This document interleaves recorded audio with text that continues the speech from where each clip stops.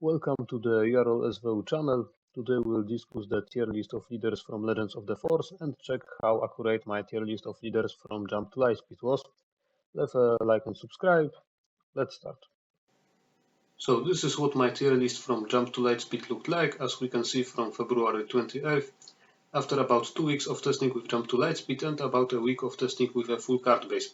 Currently, since the reveal of all cards, we have almost 3 weeks of testings, so this version of the tier list should be even a little more accurate. But two more words about the version from Jump to Lightspeed. I did not put any of these leaders on the S tier, defining it as about the 4 strictly best leaders in the game, and I think that was right. Wedge was quite close to this category, but in reality it works well practically only with yellow, so several leaders are more versatile than him or simply stronger. I consider the fact that Wedge became the best leader of the add on the tier list to be a good prediction, because in the list of the best decks with Jump to Lightspeed in one of my last videos it landed in a very high 4th place. It was almost never played in big tournaments. One of the exceptions was the last season of TTI, where I reached the semi-final with it and lost probably due to the mistake, so I could even play in the final. Let's not worry too much about Wedge's popularity, because for example Kira in the first set almost no one played, many people forgot how this leader worked, and only a set later, despite getting only about 2 new cards, depending on the version, Kira became the strongest deck in the meta. In 10th place in the ranking was Piet Red, and in 8th Vader Yellow. So if I were to make this tier list today, Vader would be second, not Piet. Piet would be in the third place, then Luke, and behind him Poe, closer tier A. I think this is the right order. Poe was a bit more popular, but in general, in my opinion, decks with Luke were much more dangerous due to the fact that he cannot be removed with standard upgrade removal, but people simply skipped them or set them incorrectly.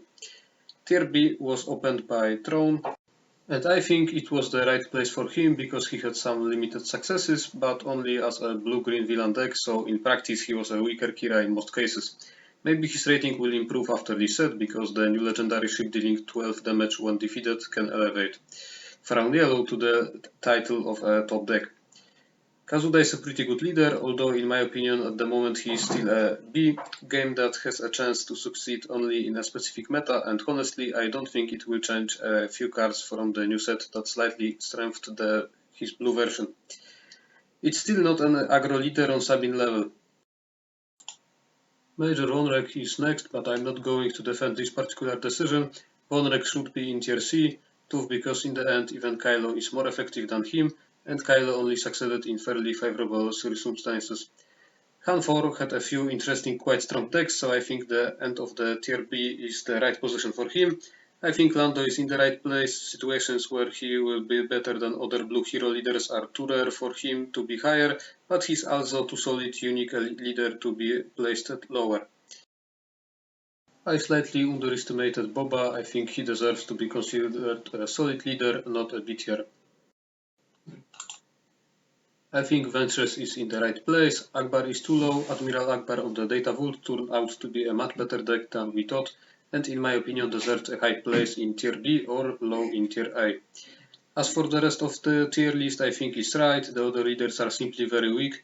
Not a big exception here is Phasma, which I think should be in C tier, because D tier is a place for extremely unplayable leaders, and the green Phasma is not that weak. Here is my updated tier list from leaders from Jump to Lightspeed. As we can see, my predictions was quite correct. Let's move on to the tier list of the Legends of the Force leaders.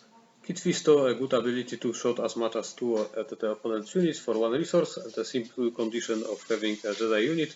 His deploy is much weaker because on 5 resources 1/6 Saboteur plus usually 1/2 for the remaining Jedi units. Against aggro he can have 4/6, but it doesn't change much, and against control he will usually have 1 or 2. And since this is a mid-range leader and not very aggressive, the weakness against control is significant anyway. I have played against this leader many times, usually with green or blue, and I think he deserves its B tier. Maybe he will be a decent meta clone in some local meta someday.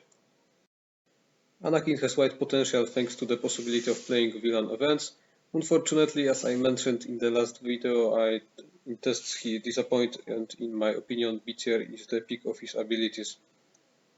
Morgan Elizabeth looks even worse in tests. Her skill still has some potential, so she will get C tier instead of D tier. I think she will not be completely unplayable, but very rarely encountered. Third sister is a good leader. Her skill or stats do not indicate it too much, but the fact that she has hidden and you usually have time to attack with her or play a barrage on her, some lightsaber or tie advance. All this makes her strong, and her skill in some matchups can tip the scales in her favor, so in my opinion she deserves A tier. She can be built at least with ECL, Data Vault or Yellow base in aggro version, which means a lot of versatile. Maul has a strong ability to ping one into 2 units for the cost of using force, but the deploy is very weak. 5-6 on 6 resources is too little. He dies to Plo Koon, Poe, Wrecker and gives up for 5, which is 1 too little. In addition, he has to play a base below 30 and comes out on 6, so he will have big problems against aggro in every color and probably the same against control. I think it's a D tier, although close to B tier, but Sabine and Quinlan are too popular and the threats of easy one-shotting this leader are too big. Paris Ophi again a weak deploy, in this case 4-7 on 6 resources, but a good ability. You can play events on 1 cheaper for using force. Resource cheats are of course most often strong in this game, but it requires using force, so you have to play a base of 28. It seems that we have two main options for this leader. Control can play blast force. Aggressive force throw for 0.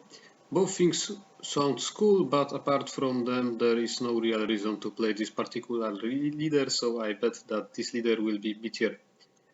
Ahsoka is the first leader I will give who has D tier, a skill that requires the use of force to give a sentinel.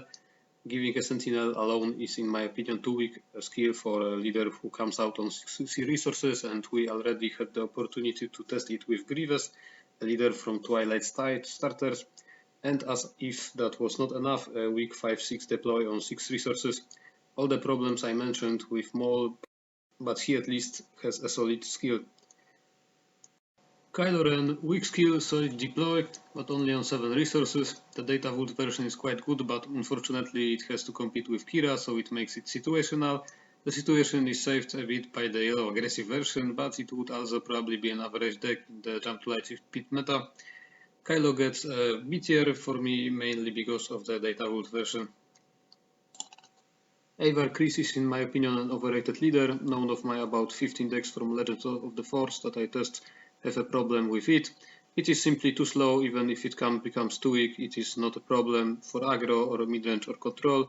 It is not in the D tier only because its ability to obtain free force has one very strong synergy, namely with a unit for 2-1-4, which gives a 2 reduction for the next unit for using force, so it can create powerful plays. But generally speaking, he will most often be killed before he can make a really powerful play. Raven, on the contrary, seems to me to be an underrated leader. The blue version that I showed on the channel and is designed to maximize his ability is solid. Maybe even in other colors something can be discovered, because Darth Malak and Revan's swords are solid cards.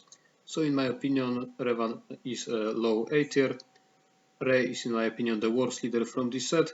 A strangely situational skill. Not only does it have to place a force card, it also can't be a unit, so you have to include some strange options in your deck building so that the skills is even realistic to use. Not to mention that a regular ping for one unit is very weak for a leader who comes out on 7, and what's more, even when it comes out, it doesn't do anything very strong. Throwing yourself out to draw 2 cards on 7 resources is pathetically weak. Even with Colossus, I suppose that this Rey would be too weak for aggro. If her ability when deployed was simply draw 2 cards, her deploy would be at least quite strong against control, but it isn't. The only thing Rey could sometimes be strong in is fighting midranges, but even here there are much better options in all colors. Snoke, in my opinion, may be not underrated because people assumed he was better than Tarkin, but generally omitted in tests. Meanwhile, it is a very solid leader that works very well for me in tests with both yellow and red, and could even play with blue in some situations. Even the mono version may have some advantages because Snoke, thanks to the fact that it can give experience to itself, turns out to be able to grow very quickly, and with command it could grow even faster. I think that compared to the other leaders from this set, he has the fewest potential flaws. Grand Inquisitor has a solid deploy and a potentially good ability. Unfortunately, in practice it is too hard to use, and I have found out about it in both the red and the green versions. That is why, in my opinion, Inquisitor is a solid C tier. Canon Jarus has a solid ability and a solid deploy. The problem of competition with other blue leaders can be solved by playing him with blue or yellow, so in my opinion Kanan is solid enough to be in A tier. Qui-Gon Jinn is in my opinion one of the overrated leaders. His deploy is weak and the ability is situational and does too little in practice. Similarly to Avar, none of my aggro, midrange or control decks have problems with Qui-Gon. However, from Avar itself, in my opinion, he is a bit more reliable because he comes out faster and his ability is less controllable, so it is a slightly higher C tier, but still C tier. Obi-Wan Kenobi has a good skill, experience with Force token is easy to use because you can build this deck so that it is almost always has Force. His deploy is a weak 3-6, but on attack can give experience to a unit that doesn't have it yet, so generally this leader is quite strong. He is slightly weakened by the competition in green and especially blue hero, but especially in green there is no clearly better leader than him, especially with deploy on 5, so I think he is solid enough to high A tier. I am most afraid in the case of this leader that he may turn out to be too weak against control on one hand and a bit too slow against aggro on the other, but for now it seems that this can be somehow accepted, solved. Talzin is another solid A tier leader, good skill, good deploy.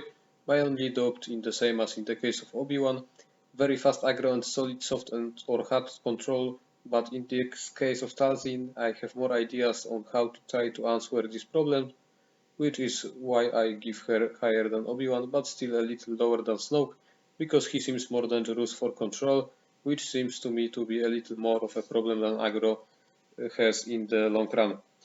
Cal Kestis has a rather weak ability to tap for Force token, but the opponent chooses which on his units to tap. Weak deploy 3-4 on 4 and on attack the same effect. He gets a low B tier mainly because this tapping should be quite good in aggro mirror. To sum up, in my opinion, in the long run, the best leader in this set is Snoke and the worst is Rey. We don't have a leader on the S tier, but it's not a big problem because in the fourth set there was no leader either. In the third one, in my opinion, at most Anakin. We have a lot of leaders on the A or B tier, so a lot of leaders with potential. Only two on the D tier are completely unplayable in the current situation, so it looks like this set should also be simply fun and interesting. I hope that when we come back to the tier list in 4 months, it won't turn out to be completely wrong. See you in a week. Bye.